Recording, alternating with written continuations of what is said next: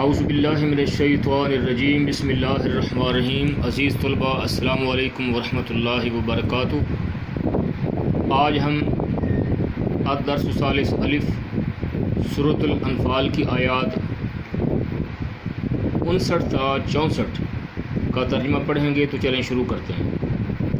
اس سے پہلے کہ میں ترجمہ کرواؤں، آپ کو مفہوم بتا دوں۔ پہلی آیت جو ہے اس کا تعلق کفار مکہ سے ہے، جن کو بدر میں بہت بڑی شکست جو ہے وہ ہوئی، بہت بڑی شکست ہوئی۔ تو یقیناً جب دشمن کو شکست ہوتی ہے اور اس کو تکلیف پہنچتی ہے تو پھر وہ آرام اور سکون سے جا کر گھر میں نہیں بیٹھ سکتا۔ لہذا ان کو سمجھایا جا رہا ہے کفار مکہ کو کہ تمہیں شکست ہوگی ہے تو آئندہ جو ہے وہ اسلام کی مخالفت چھوڑ دو، اسی میں تمہاری بہتری ہے۔ لیکن اگر تم پھر کوئی ایسی حرکت کرو گے اور کسی نئی چال سے اسلام کو نقصان پہنچاؤ گے، مسلمانوں کے اوپر کو حملہ کرو گے، تو تم کو پھر بھی مونگی کھانی پڑے گی، اور تم اللہ تعالیٰ اور اس کے بندوں کا یعنی مسلمانوں کا کچھ بھی بگاڑ نہیں سکتے، تمہاری کوئی بھی چال کامیاب نہیں ہوگی۔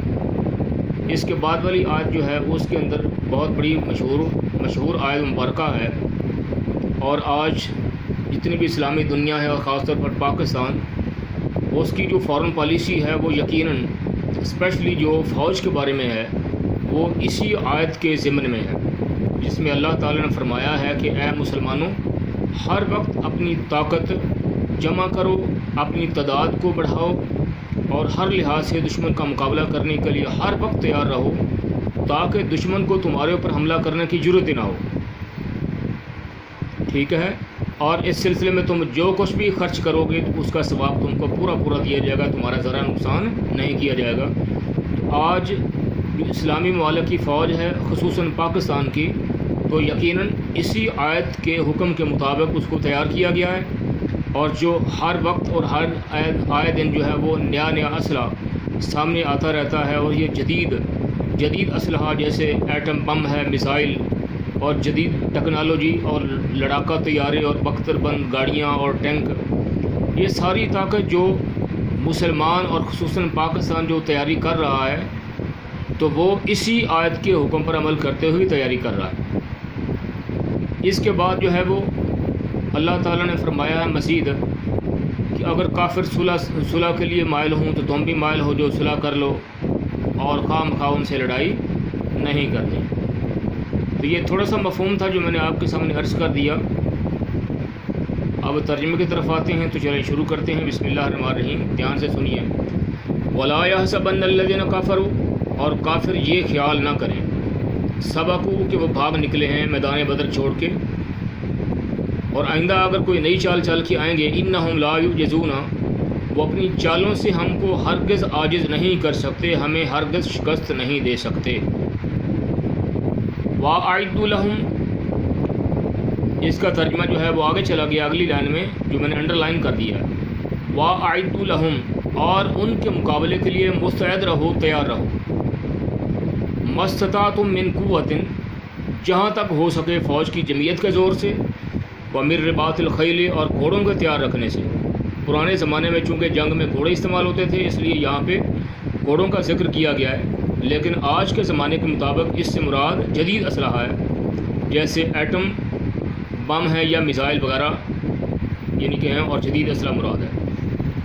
تو اس تیاری سے کیا ہوگا؟ ترہبون بہ، اس کا ترجمہ بھی تھوڑا آگے چلا گیا ہے، وہ نیچے یعنی کہ تھرڈ لائن میں نظر آ رہا ہے، انڈر لائن میں نے کر دیا ہے۔ ترہبون بہ، کہ اس سے ہیبت بیٹھی رہے گی، اس سے تمہارا رعب چھایا رہے گا، کس پر؟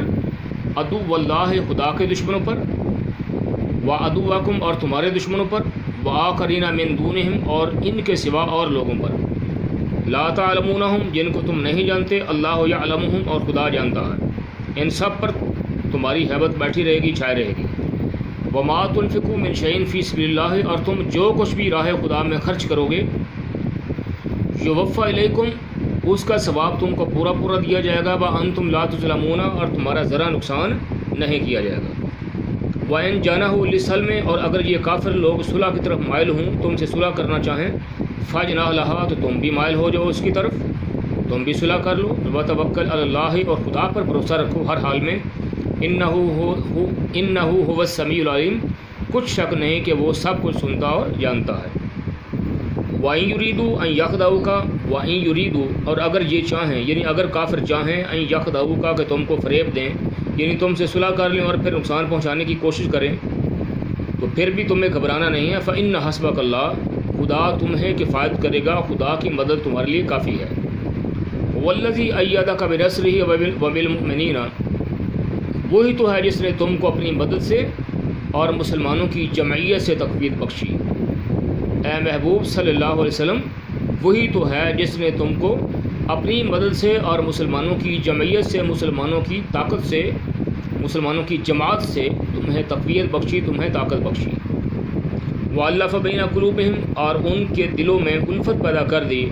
لَوْ أَنفَقْتَ مَا فِي الْأَرْضِ جَمِيعًا، اگر تم دنیا بھر کی دولت بھی خرچ کرتے، مَا أَلَّفْتَ بَيْنَ قُلُوبِهِمْ، تب بھی ان کے دلوں میں الفت پیدا نہ کر سکتے، محبت پیدا نہ کر سکتے۔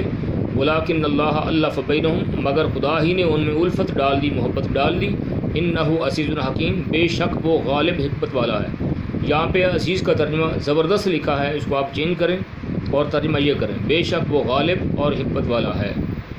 یا ایھا النبی، اے نبی صلی اللہ علیہ وسلم، حسبک اللہ، حسبک کا ترجمہ اینڈ پہ چلا گیا ہے، خدا تم کو کافی ہے۔ حسبک اللہ، خدا تم کو کافی ہے۔ وَمَنِ اتَّبَعَكَ مِنَ الْمُؤْمِنِينَ، اور مومنوں کو بھی کافی ہے جو تمہارے پیروکار ہیں۔ خدا تم کو اور مومنوں کو جو تمہارے پیروکار ہیں کافی ہے۔ آخری آیات میں ذکر کیا گیا ان صحابہ کرام کا جو اسلام قبول کرنے سے پہلے آپس میں انتہائی جانی دشمن تھے، ایک دوسرے کے خون کے پیاسے تھے، لیکن اسلام قبول کرنے کے بعد اللہ تعالیٰ نے ان کے دلوں کو آپس میں جوڑ دیا اور ایک دوسرے کی محبت ڈال دی اور دشمنیاں سب ختم کر دیں۔ تو یہ اللہ تعالیٰ فرما رہا ہے کہ یہ میری قدرت سے ہوا ہے۔ اے محبوب، اگر میری مرضی نہ ہوتی اور آپ چاہتے ان کو آپس میں جوڑنا اور ان کے دلوں میں ایک دوسرے کی محبت ڈالنا، تو آپ ساری دولت بھی دنیا بھر کی خرچ کر دیتے، تب بھی ان کے دلوں میں الفت اور محبت پیدا نہ کر سکتے، لیکن خدا ہی نے ایسا کر دیا ہے جو غالب اور حکمت والا ہے۔ عزیز طلباء، میں امید کرتا ہوں کہ آپ کو ترجمہ اور مفہوم آیات کا سمجھ آ چکا ہوگا۔ یہ آپ کی ڈائری ہے، یہ سارا ترجمہ یاد کریں۔ وما علیہ الا البلاغ۔